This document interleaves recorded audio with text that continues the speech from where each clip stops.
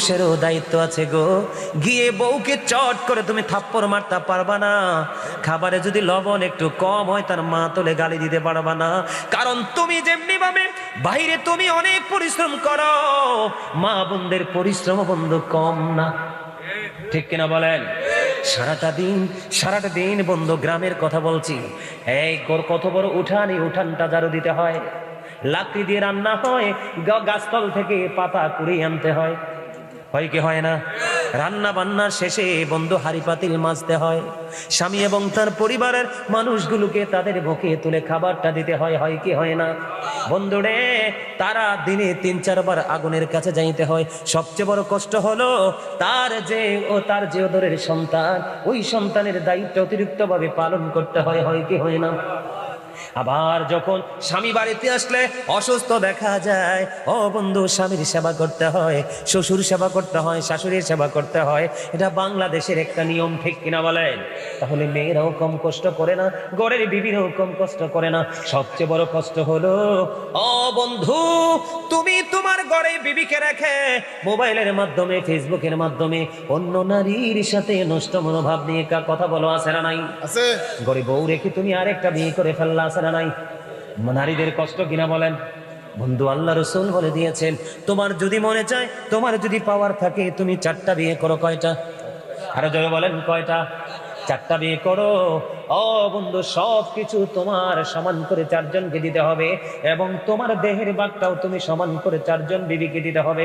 ও বন্ধু, আল্লাহ রাসূল বলে দিয়েছেন, যেই স্বামী তার বউ 2টাকে বিয়ে করলো অথবা 3টাকে বিয়ে করলো বন্ধু, কিন্তু বিয়ে করার পরে একটাকে বেশি ভালোবাসে, একটাকে বেশি দেয়, আরেকটাকে দেয় না, ওই স্বামীটাকে কাল হাসরের ময়দানে কুজু করে দাঁড় করানো হবে। জোরে জোরে কন্যা নাউজুবিল্লাহ। স্বামীরও কিন্তু পানিশমেন্ট আছে।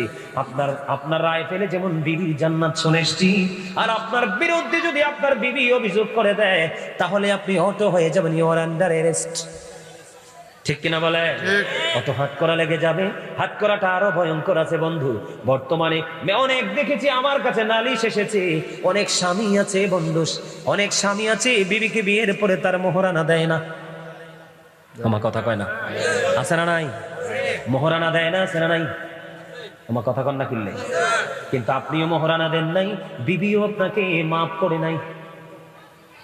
আমার নবীজি জানিয়ে দিয়েছে, স্ত্রীর হক আদায় করতে হবে। কেমন করে জানো?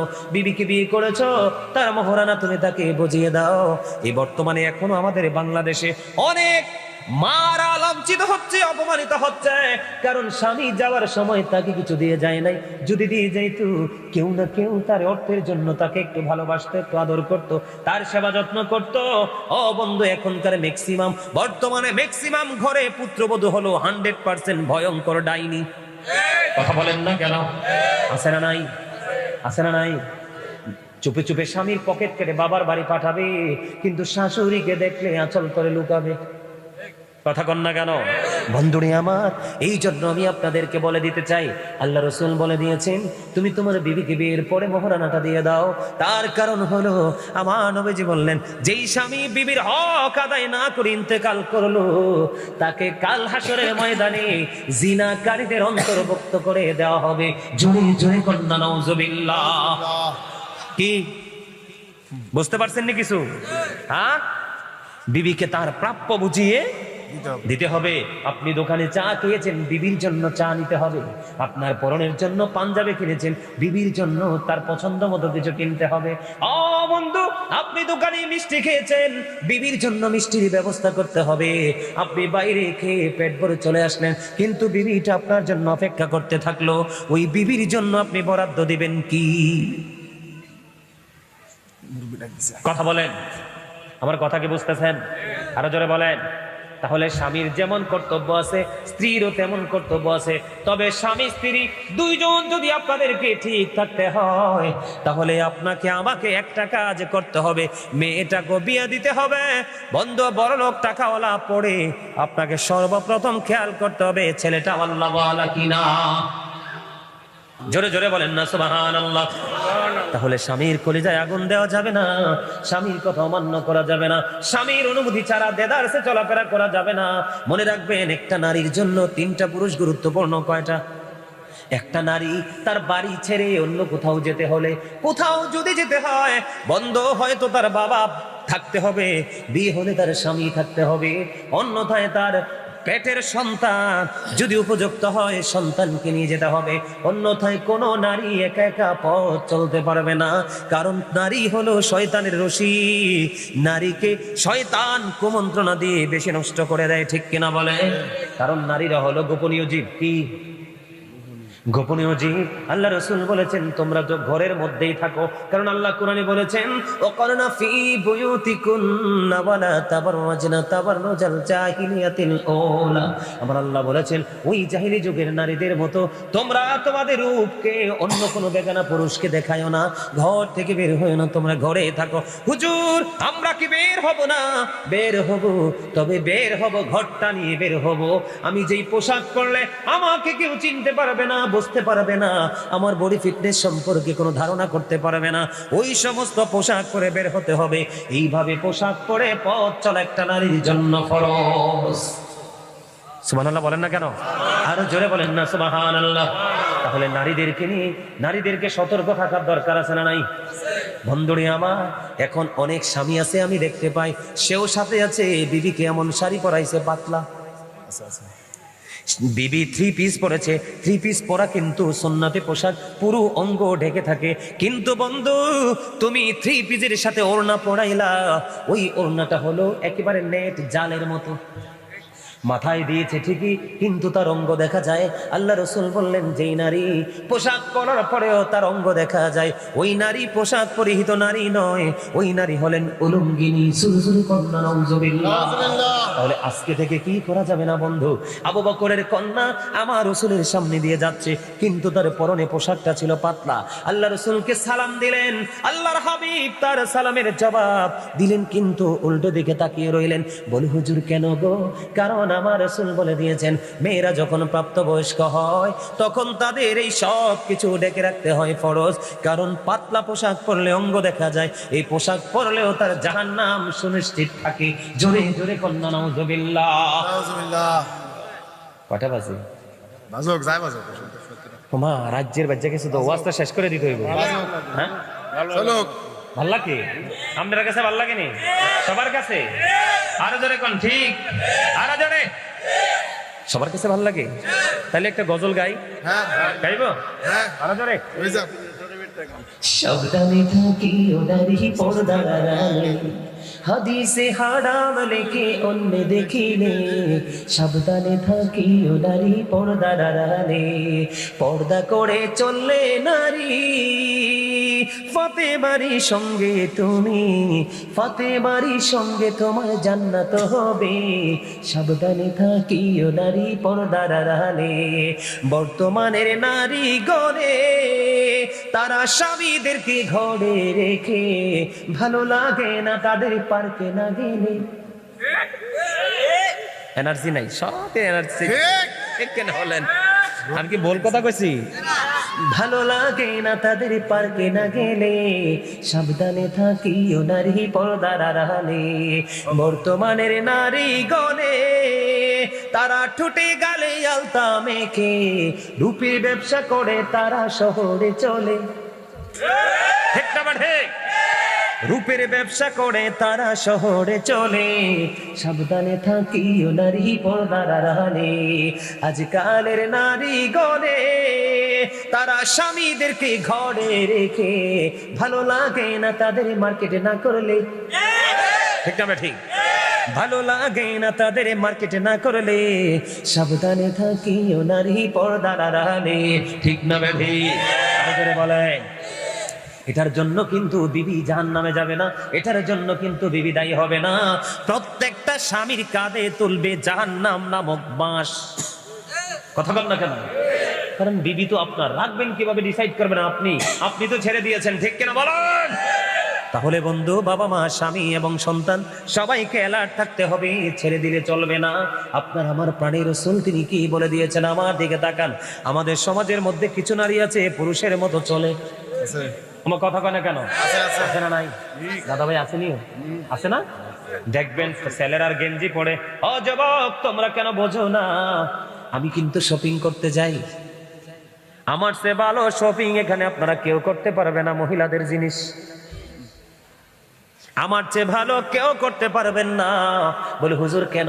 আমার ফ্যামিলির কোনো মহিলা বাইরে এসে বাজার করে না, যদি কাপড় কিনি সেটাও আমি, 3 পিস কিনি আমি, জুতাও কিনি আমি, সব কিছু কিনে দেই আমি আমার পরিবারকে। আমার ফ্যামিলি কিন্তু জয়েন্ট ফ্যামিলি।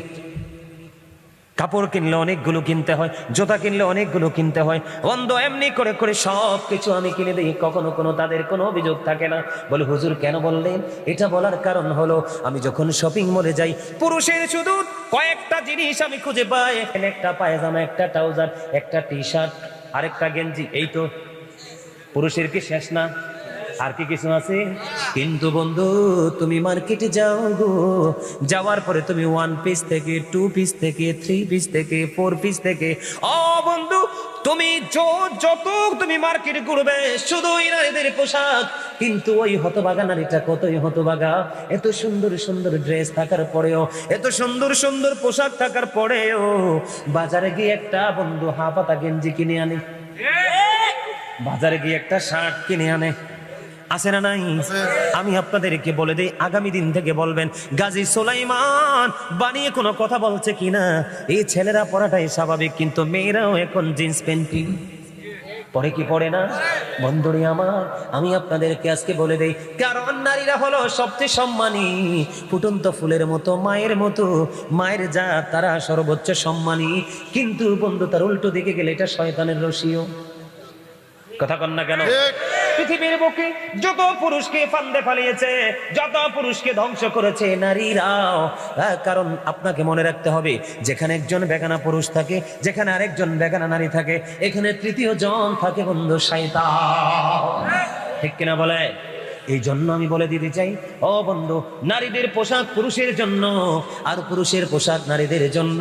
এই দুইটা শ্রেণীকে আমার রাসূল অভিশপ্ত বলে গেছেন। জোরে জোরে কন্যা নাউযুবিল্লাহ। এই যে আমাদের মধ্যে অনেক ছেলেদেরকে দেখা যায় মেয়েদের বেন মাথায় দেয়, আছে না নাই? আছে, আরো জোরে আসেনি রে স্বাস্থ্য ভাই? আছে, আছে না? কথা কন, আসেনি? আছে। আরো জোরে কন। আবার দেখা যায় বন্ধু এখন অনেক ছেলেরা মেয়েদের ডিজাইনের পাঞ্জাবি বানায়, আছে না নাই? আরো জোরে। এখন দেখা যায় অনেক মেয়েরা ছেলেদের মতো শু পরে, কথা কয় না কেন? আসেনি? এই জন্য আমার রাসূল বলে দিয়েছেন, যেই নারীকে তোমরা দেখবা, খেয়াল করেন খেয়াল করেন হাদিস শরীফের ভাষা কত। আমার রাসূল বললেন, যেই নারীকে তোমরা দেখতে পাবা পুরুষের মতো চলে, পুরুষের মতো পোশাক পরে, আল্লাহর নবী বলেছেন এই নারীর নাম হলো মর্দা মহিলা। কি মহিলা? এই নারী হলেন মর্দা নারী। আমার রাসূল বললেন, ওই মর্দা মহিলা যখন ইন্তেকাল করবে, ওই মহিলা ইন্তেকাল করার পরে তার জন্য একটা অভিশপ্ত খাবার আমার আল্লাহ বরাদ্দ করে রাখছে। ইয়া রাসূলুল্লাহ, ইয়া হাবিবাল্লাহ, নবী গো, ওই মর্দা মহিলার জন্য কি খাবার বরাদ্দ করেছে? আমার রাসূল বলে দিয়েছেন, ওই মর্দা মহিলার জন্য বরাদ্দ রাখেছে তিনাতুল খাবার। ইয়া রাসূলুল্লাহ, ইয়া হাবিবাল্লাহ, নবী গো, এই তিনাতুল খাবারটা কি গো নবী? আমার নবীজি বললেন, এই তিনাতুল খাবারটা হলো আরেকটা জাহান্নামীর নিংড়ানো রক্ত, পুজ অথবা ঘাম। জোরে জোরে কন্যা নাউযুবিল্লাহ। মানে একটা জাহান্নামী মরে পচে দুর্গন্ধযুক্ত হয়ে যাবে, লিকুইড হয়ে যাবে, আর এই খাবারটা আরেকটা নারী মর্দা মহিলার খাবার, কিন্তু কন্টিনিউয়াসলি খেতে হবে। বাঁচারও সুযোগ নাই, মরারও সুযোগ নাই, পালিয়ে যাওয়ারও সুযোগ নাই। কি হলো এবার? বিপদ, বিপদ। বিপদ কিনা বলেন?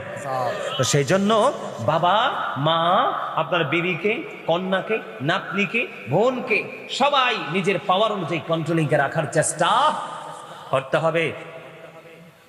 কি ছেলেটা আল্লাহওয়ালা কিনা?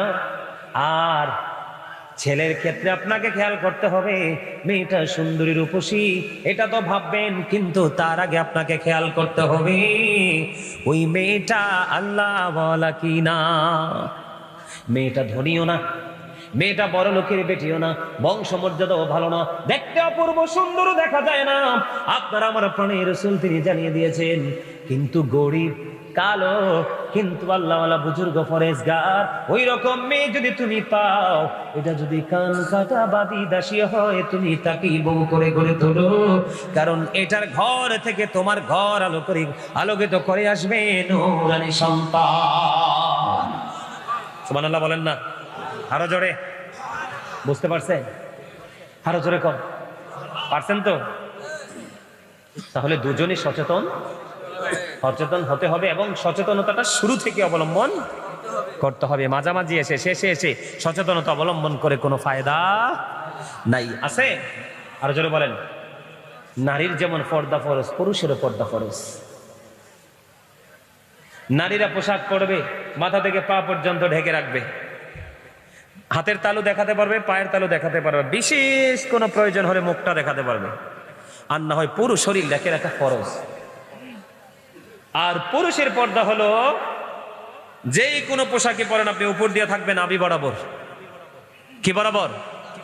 উপর দিয়ে থাকবে নাভি বরাবর, আর নিচে দিয়ে থাকবে টাকনুর উপর, হাঁটুর নিচে টাকনুর উপরে। বুঝতে পারছেন? এইভাবে পোশাক পরা পুরুষের জন্য উপর দিয়েও নাভির নিচে, নিচে দিয়েও টাকনুর নিচে, ঠিকানা হয়ে যাবে জাহান্নাম। ঠিকানা হয়ে যাবে কি? জাহান্নাম। কথা কি বুঝতে পারছেন? তাহলে আমাদেরকে কি করতে হবে? এই আইন, এই পথ চলে আমাদেরকে চলতে হবে, ঠিক কিনা বলেন? সম্মানিত উপস্থিতি, অনেক আলোচনা হয়ে গেছে। কয়টারে বাজে? 11:30 বাজে গেছে। আর কয় পর্ব চলবে? আলহামদুলিল্লাহ বলেন। আরো জোরে হাঁটো মোহাম্মতে। মনু আছে কি? কিছু তো নিশ্চয়ই আছে, নাহলে অনেকে আছেন কিনলে। ও আচ্ছা, পার্সোনাল। আচ্ছা ঠিক আছে, তাহলে আমার ইন্টারফেয়ার করার কোনো দরকার নাই, ঠিক কিনা বলেন? আরো জোরে। তাহলে স্বামী স্ত্রী দুজনে কি করতে হবে? মোহাব্বত, দুজনেই ইসলামের আইন মেনে চলতে হবে, সুন্দর করে পথ। ওয়াশিরুহুন্না বিল মারুফ, আল্লাহ বলেছে, আমি না। এই স্বামী স্ত্রীর মধ্যে যদি গন্ডগোল তৈরি হয়, তাহলে সবটা সেক্টর গন্ডগোলে পরিণত হয়। বুঝেন নাই? কারণ মেয়েটাও দেখছে সারা জীবন আব্বার আর মার ঝগড়া, ছেলেটাও দেখছে সারা জীবন বাবার আর মার ঝগড়া, এটা বউ না, এটা বউর লোকে ঝগড়া করবো, আর মেয়েটা যেখানে যাবে সেখানে স্বামীর সাথে ঝগড়া করবে। আছে না নাই? এজন্য আপনাকে আমাকে কি হতে হবে? সাবধান, সচেতন হতে হবে। হবে কি হবে না? আমাদেরকে সেই আইন মেনে চলতে হবে। হবে তো? আল্লাহ বলে, যখন তোমার কেউ ছিল না তখন ছিলাম আমি, এখন তোমার সব হয়েছে, পর হয়েছি আমি। যখন তোমার কেউ রবে না, রব শুধু আমি। আমার কাছে আসতে হবে, মনে রেখো তুমি। তোরা চাসনি কিছু, তোরা চাসনি কিছু কারোর কাছে খোদার মদদ ছাড়া। অন্যের ওপর ভরসা ছেড়ে নিজের পায়ে দাঁড়া। ঠিক। বুঝতে পারছেন?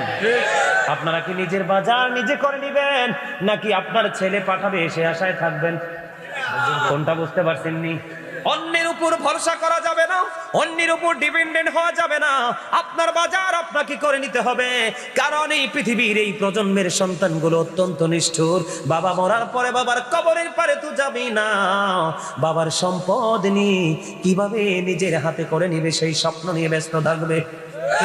আমি আজকে বলে গেলাম, এই প্রজন্মের যুবক যুবতীরা যেইভাবে উল্টো পথে হাঁটতেছে, নোংরা নষ্ট পথে হাঁটতেছে, ও বন্ধু, পিতামাতার জন্য এক একটা সন্তান এক একটা অভিশাপ, সবচেয়ে বড় ভয়ঙ্কর বোঝা। বলে বলে হুজুর সবাই কি? না, সবাই না, ভালো তো আছে। কেন বললাম বন্ধু, এই প্রজন্মের ছেলেরা আপনারা ফলো করেন আপনাদের পীর সাহেবকে, হক্কানি আলেম খোঁজেন, মাহফিল খোঁজেন, আর এই যুগের ছেলেরা মোবাইলের মাধ্যমে বেঈমান কাফেরদের জিনিস খোঁজে। কথা বলেন না কেন? এই জন্য আমি প্রায় আজে বলি, মুরব্বীদের অন্তর আল্লাহ রসুলের প্রেম ভালোবাসায় ভরা, আর বর্তমান প্রজন্মের ম্যাক্সিমাম যুবক যুবতীদের অন্তর হিংসা, নোংরামি আর আত্মগরিমায় ভরা, ঠিক কিনা বলেন? কারণ ক্লাস দুইটা। কয়টা? একটা হলো নেগেটিভ, একটা হলো পজিটিভ। পজিটিভ হলো আজকের এই জান্নাতের